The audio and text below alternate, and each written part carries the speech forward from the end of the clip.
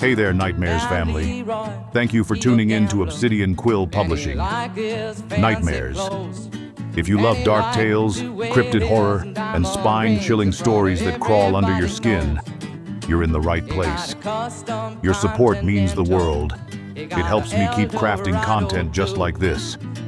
So go ahead and smash that subscribe button, give us a like, and drop a comment to let us know what creeped you out the most.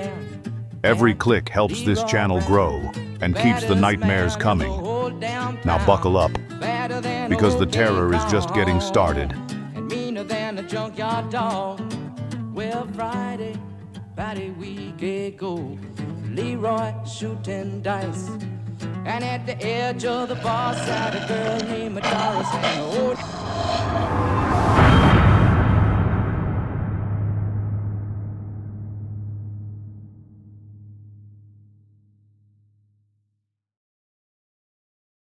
Bad Leroy Brown. Everyone's heard the song. Bad Leroy Brown. Meaner than a junkyard dog, they say. But songs, they kinda lie.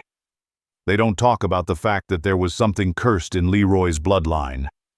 Something wild, something savage. So if you think this is just a story about a mean man from Chicago, prepare yourself for the real reason he was bad Leroy Brown. Because when the baddest thing walking wears a man's face, pride becomes a curse. Reputation becomes bait, and death don't just follow, it answers. This story didn't start in Chicago. It started down south. Leroy Brown was born in Arbre Noir, Louisiana, 1945. A no-name, God-forgotten bayou town where the fog doesn't lift, higher than the swamp waters and trees whisper in French. His mama, Celestine, was Creole royalty in a town that feared her bloodline. A striking woman, her skin like polished mahogany, eye full and shimmery like blue water under the full moonlight, hair thick and black, worn wrapped in silk or sometimes wild like the swamps she came from. Men wanted her, women hated her, but none dared to cross her. They say she once laid a hex on a man, made him chew up the same glass he used to smash a woman in the face. She watched him with a cold, calm, and wicked smile, as every bite shredded his tongue, his gums, his throat, until his blood filled his lungs, and death finally shut him up. Some say she was seduced by a loup-garou. Others say he was married God-fearing man, and in a jealous rage Celestine cursed him and bound him to her after one passionate night. But what we know is this. Leroy Brown came into this world wrong, sickly, cold, didn't make a sound, no cry, no breath, nothing. Midwife said he was born dead. But his daddy, a quiet man, big man, with wild eyes and hair that never quite laid flat, took the boy in his arms, whispered something no one understood, and breathed into him, deep and long. Not like a kiss, more like a transfer. And just as Leroy let out his first scream, his daddy collapsed, mouth stained with blood, eyes wide like he'd seen hell and found his way to peace. People said Leroy took something from him that night, and it never really let go. By 16, Leroy stood 5'9", chest like a barrel, arms like hickory branches, tall, dark, handsome and charming, and eye-catching to the opposite sex. Even white women stared, and in 1965, Louisiana, that was suicide for black men. There was one in particular, Abigail Smythe, 21, spoiled and restless. She spent a whole summer trying to lure young Leroy into her bed, despite being married to old Sheriff Smythe, a man twice her age and head of the local Klan chapter in Baton Rouge. Abigail was used to getting what she wanted, but Leroy didn't want no part of her. And a woman like that? She didn't take rejection well. So she did what women like her have always done when they want to see a black boy hang. She lied and cried. Told the town Leroy laid hands on her, then forced himself on her. And just like that, the fuse was lit. That night they came. A dozen trucks, torches, whips, and rope. They surrounded that house like animals hungry for flesh. But their rage got the better of them. They forgot who lived inside. Celestine and Leroy stepped out onto the porch like death itself had opened the front door. Leroy wore a threadbare flannel shirt and pants held up by a single frayed suspender, bare feet caked in dirt. Celestine stood beside him in a flowing black nightgown, her long, wild hair spilling down to her waist like a curtain of midnight.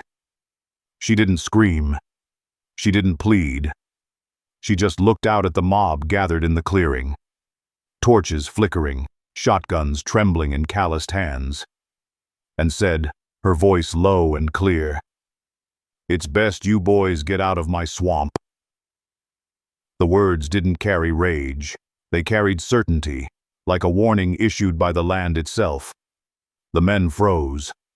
All of them. Because Celestine didn't just speak. She stared, looked into every pair of eyes like she was counting souls, judging them, measuring their hate with her own. Then she opened her mouth again, and with each word she uttered, the air turned colder. Frost crept up the porch steps. The grass withered, and every man's breath came out in thick, shuddering clouds. Then came 3 words. Not English, not French, not anything ever meant for human ears. The words slithered through the swamp air like smoke and ash. They sounded like whispers in the wind. Some men heard death, others heard run.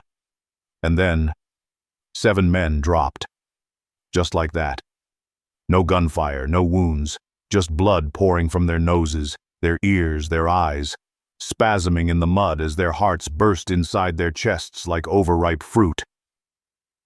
And Leroy changed. His breath hitched. Then came the crack of shifting bones, the tearing of skin, the low groan of something ancient waking up. His eyes turned yellow, his skin split into fur, fangs pushing past his lips, claws slicing out from his hands. He let out a howl that shook the cypress trees. It was no cry of warning. It was a promise of death. The remaining men turned to run, boots slipping, voices screaming, rifles forgotten. Celestine reached out and stroked the thick fur rising along Leroy's neck. She leaned in close, almost lovingly, and whispered, "Get 'em." It didn't matter that she said it soft.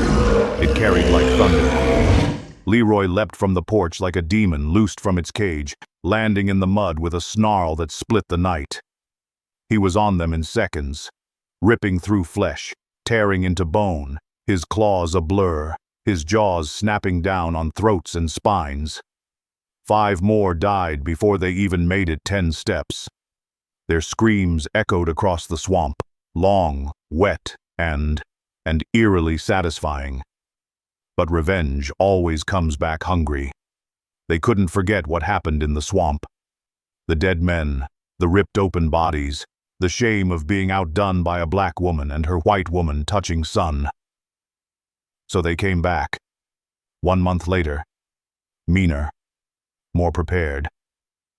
This time they didn't knock. They waited till just before dawn, when the air was still and quiet. They chained the door shut, then set the cabin on fire, laughed while the flames roared, drank while the shack screamed. But they didn't count on what lived inside Leroy. You can't burn the beast out of a man. He shattered the back wall with a howl of rage, splinters flying like bone, smoke pouring over his shoulders like steam off a demon. But Celestine, she stayed. She held them off, clawed, bit, cursed, until they overwhelmed her, 10 men to 1. They tied her up with rusted wire, dragged her toward the blaze, and threw her in like kindling. She screamed, a sound that split the morning open. But then, she stood, engulfed in fire, skin blistering, eyes glowing like high beams in the night, hair burning black against her shoulders. The men froze, couldn't move, couldn't look away. And then she spoke, voice like a furnace opening. "I curse this town, its racist blood, its racist bones, And every man, woman, and child that breeds this hatred feel my wrath. The flames swallowed her, but not before the water and the fog rolled in, heavy, unnatural. The air grew still and the swamp held its breath. By dawn, the waters had risen like a black tide, cold and crawling with gators. Not normal ones, bigger, meaner, eyes glowing in the foggy mist like they'd been called. The town of Arbre Noir was gone by breakfast. And the gators, oh, they fed well.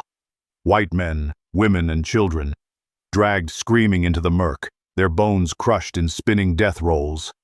Blood slicked the cypress roots, and the screams didn't echo. They just sank.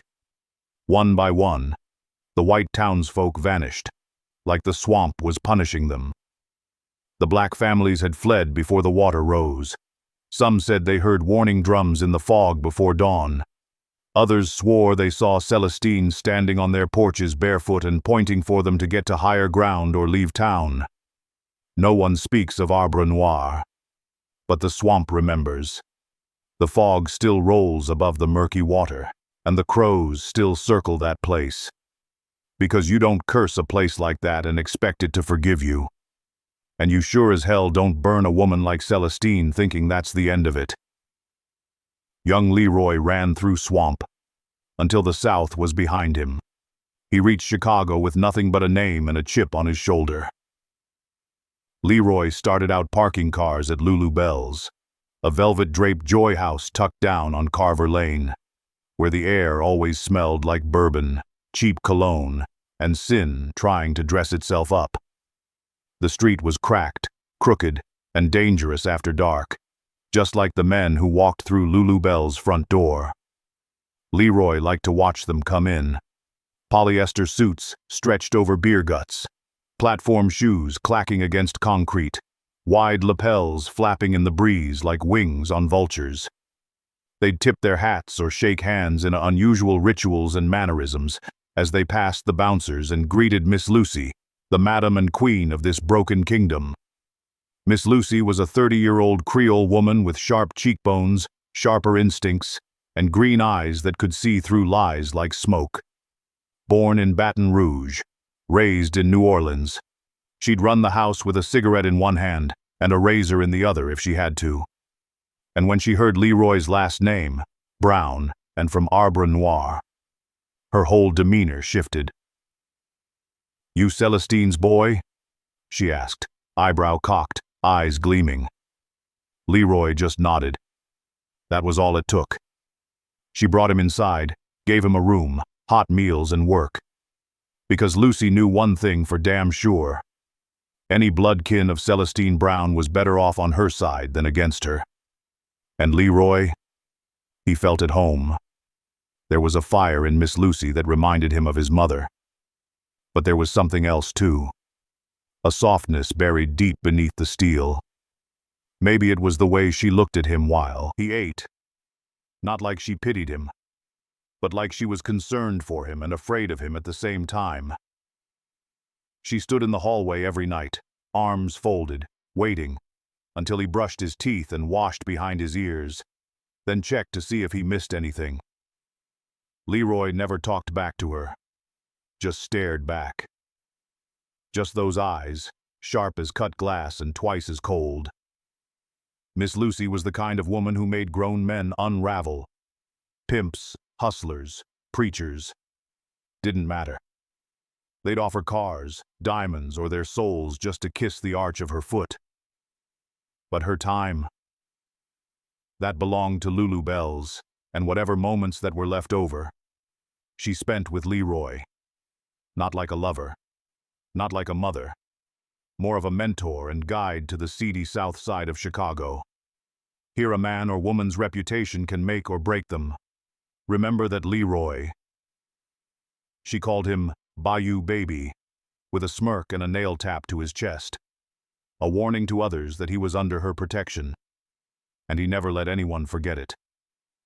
Leroy ran errands, patched holes, moved shadows. He watched the hallway when girls cried. He cleaned blood out of the carpet before the cops could blink. And by 25, He didn't touch car keys anymore. He was security. He was 6'4", 200 pounds muscular. He wore a brown leather jacket Ms. Lucy gave him for Christmas last December over his burgundy butterfly collared shirt and burgundy flare leg pants and brown shoes. He didn't carry a gun or a knife. He didn't need to. When things got dark at Lulu Bell's, when the moaning turned to screaming, they called Leroy. The girls whispered that he moved wrong, too fast, too quiet. He growled in his sleep, teeth bared, twitching like a dog chasing something through his nightmares. Sometimes they'd find him on the roof during a full moon, shirtless and barefoot, howling. It sounded like murder. It felt like a warning. But the girls, they slept better after hearing it. Because if Leroy was howling, it meant he was watching. He didn't shout, didn't bluff. He'd just stand there, staring, like he could see where your ribs would crack before his fists ever touched you. Most men folded. Most. But not him. One night, a coked-up banker with a dead stare and shaky hands laid hands on a young girl. One of the new ones. Wouldn't stop. Wouldn't let go. They called for Leroy. He entered slow, breathing deep, his chest rising like something inside was waking up. Hair stood on his arms, his spine arched, his shoulders widened, pop by pop by pop. His fingers curled into claws before they even noticed the growl building in his throat. By the time he reached the banker, he wasn't just Leroy anymore. He was a thing. A nightmare in half-human skin. Black fur tearing through his flannel, fangs twitching beneath his lips. The banker tried to laugh. Then he saw the eyes. Yellow. Feral. Wild. Predator's eyes full of hunger. Heat. Hell. He backed away from the towering thing that stood in front of him, breathing heavy. "What the hell are you?" Then started stammering about lawyers. Rights. At first, a low growl. Then Leroy drove a clawed fist through his chest. Not like a punch, but like he was reaching in to shut the man off. Bone cracked, flesh tore, ribs bent inward like wet twigs. When Leroy pulled his hand free, he held a beating heart, still twitching, pulsing blood down his forearm. The banker dropped like meat. No scream. Just thud. By the time Miss Lucy walked in, Leroy was back in his skin, standing over the corpse, calm, breathing light. She didn't scream, didn't blink. She just sighed, then lit a cigarette, dragged slow and said, "Get rid of the trash." Word spread fast, faster than rainwater falling from the sky. The cops heard. The gangs heard. The city knew. They stopped calling him Leroy. They called him what he was, Bad Leroy. And no one messed around in Miss Lucy's house.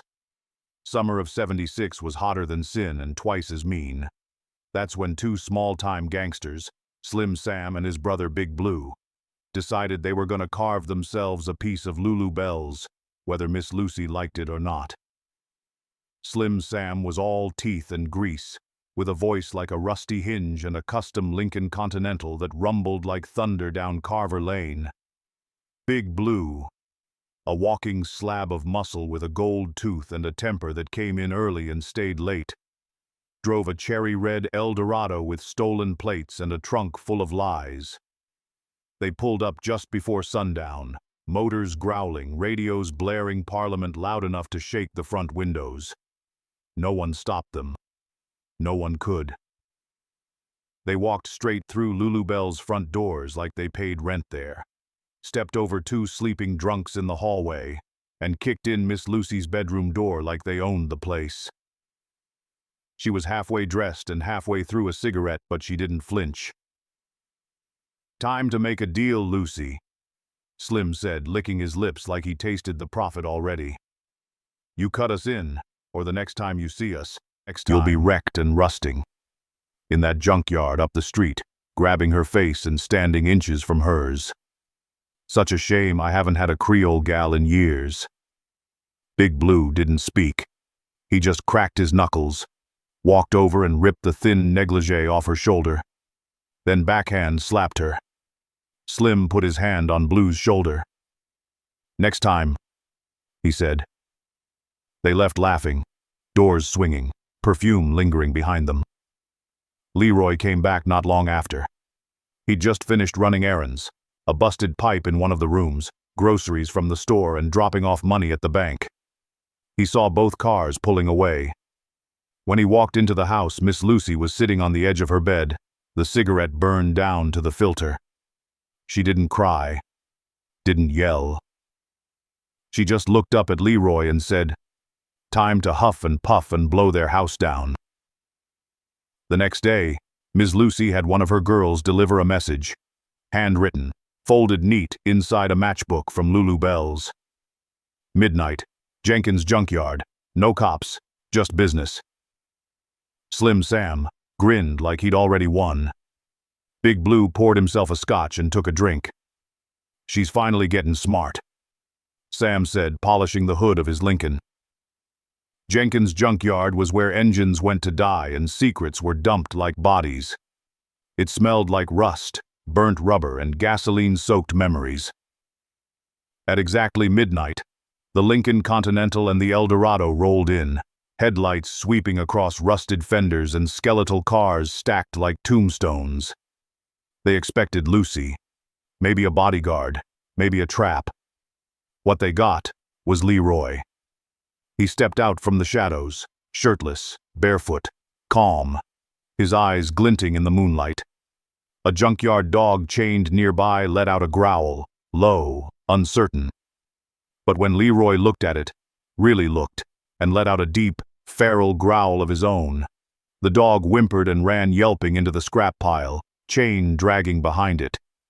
Slim laughed. Blue spat. "That's supposed to scare me. You meaner than a junkyard dog?" Leroy let out a low, gravelly chuckle, his voice slick and mean like a scratched-up soul record. "That's a real slick line, Jive Turkey," he said, grinning wide. "Too bad it's your last." Then his lip curled back slow, real slow, showing a set of fangs sharp enough to cut through steel and promises. They both reached for their guns. Too slow. Leroy didn't walk. He lunged.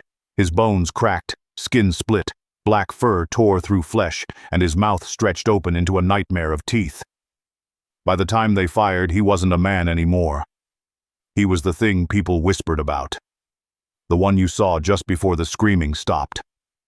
He tore into Slim first, ripped through his chest and throat like wet paper, spine snapping under claws like twigs in the dark.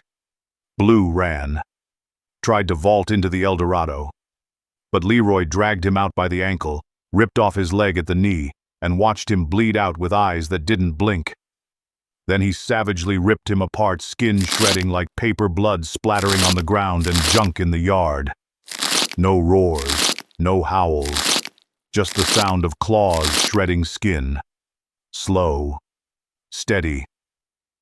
When it was done, when the blood had cooled on the rusted metal and the sounds had been swallowed by the dark, Leroy stood alone in that junkyard, steam rising from his skin as he shifted back into something like a man. The Eldorado and the Continental still sat there, engines humming like nervous hearts. Keys still in the ignitions, upholstery still warm. He didn't say a word.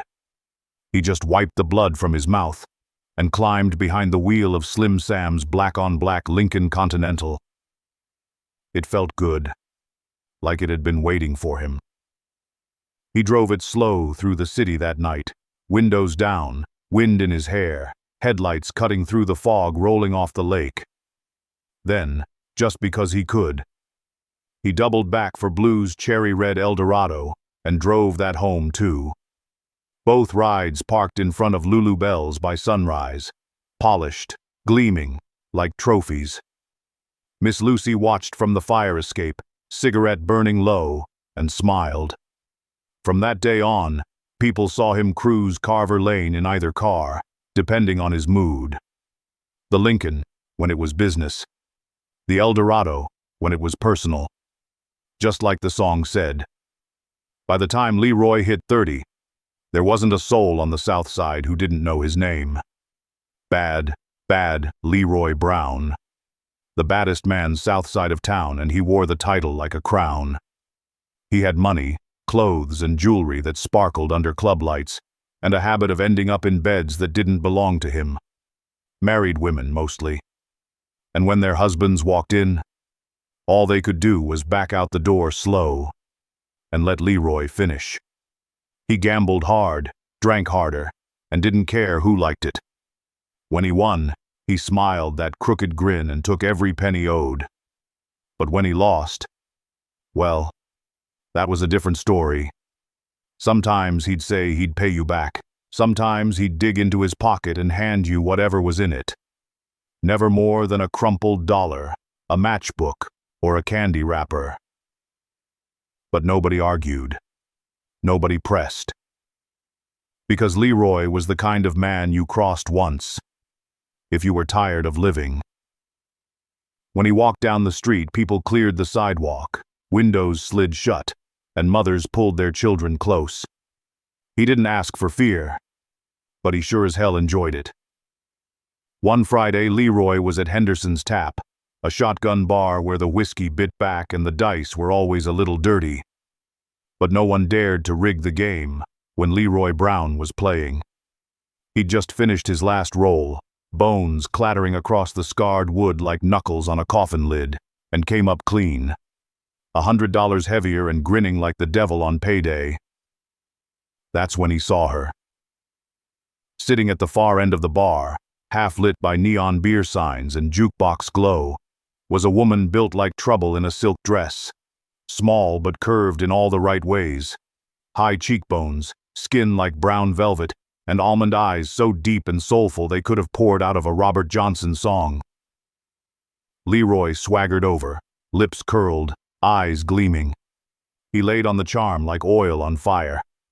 She smiled, polite, soft, but firm. "I'm married," she said, voice even. Leroy chuckled and leaned closer.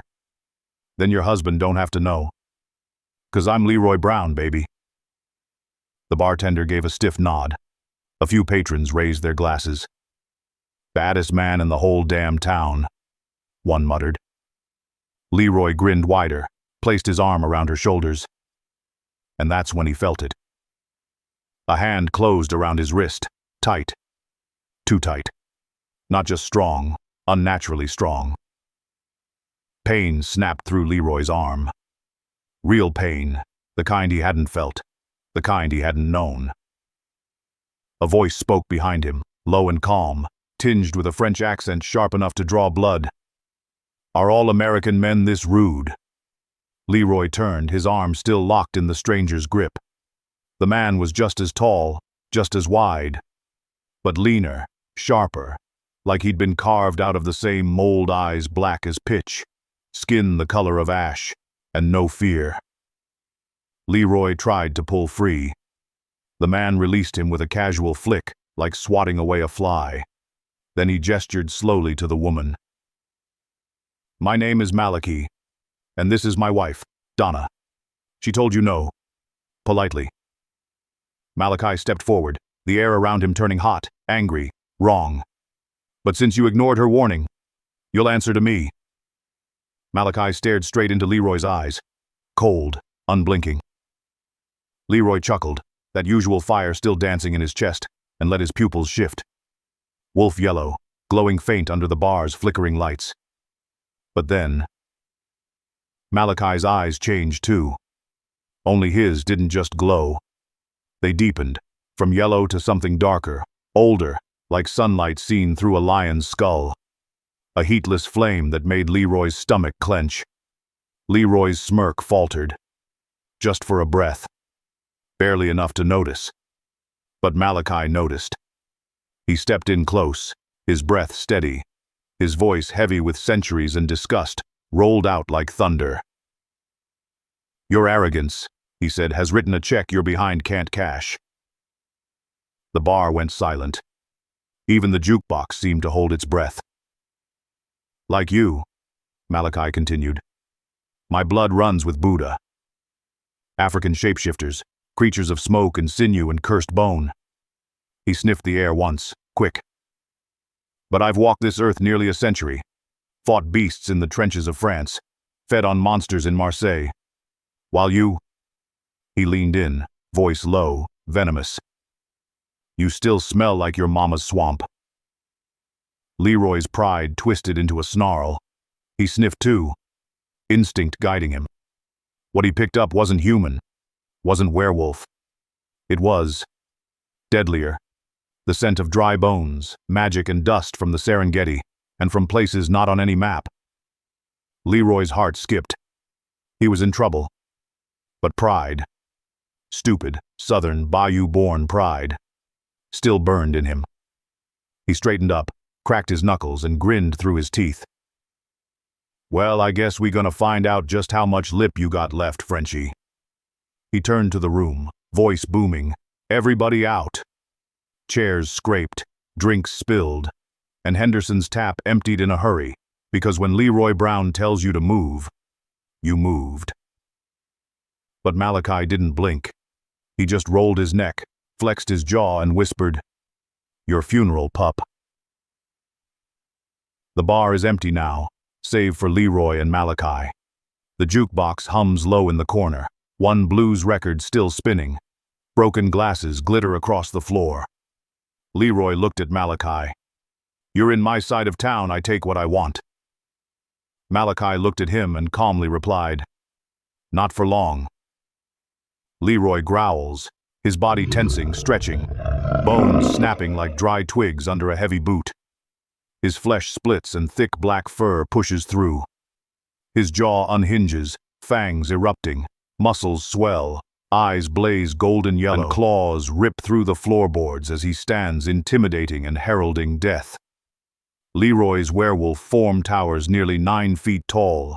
Massive, snarling, slobbering rage wrapped in fur and ego.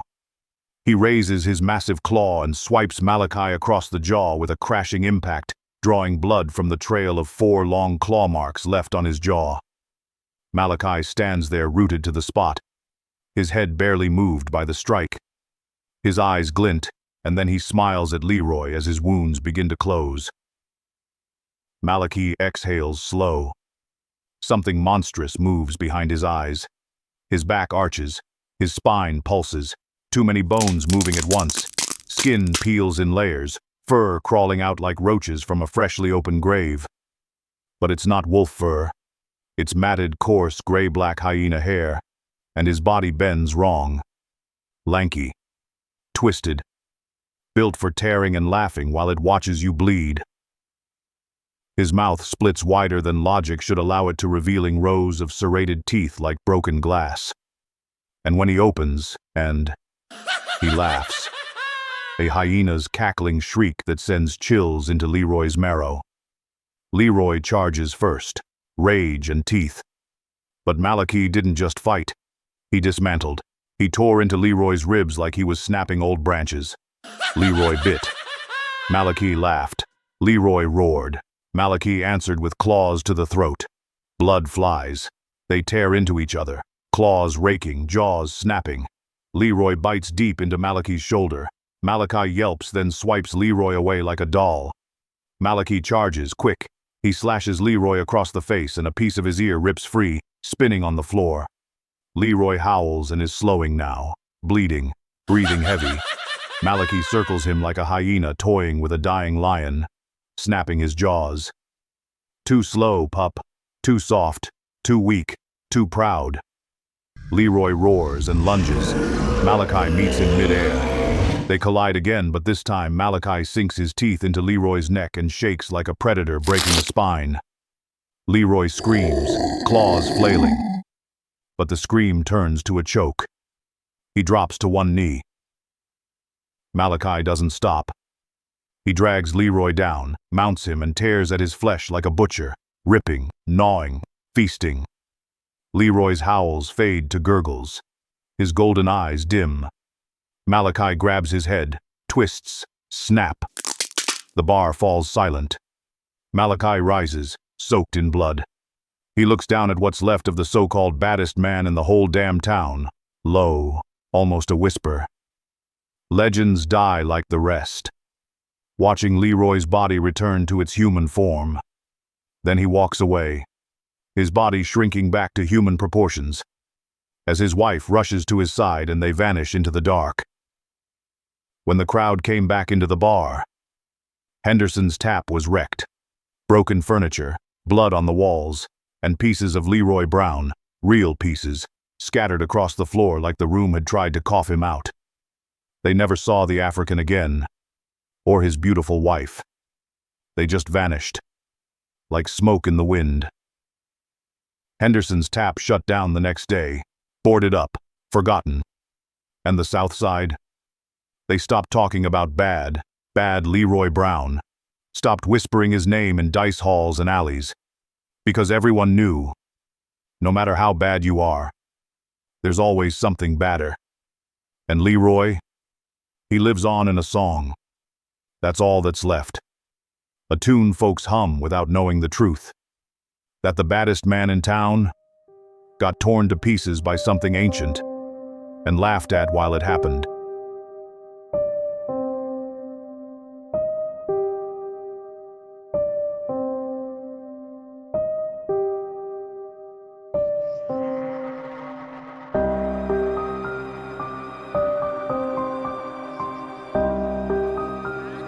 Thanks for tuning in to Obsidian Quill Publishing. Nightmares.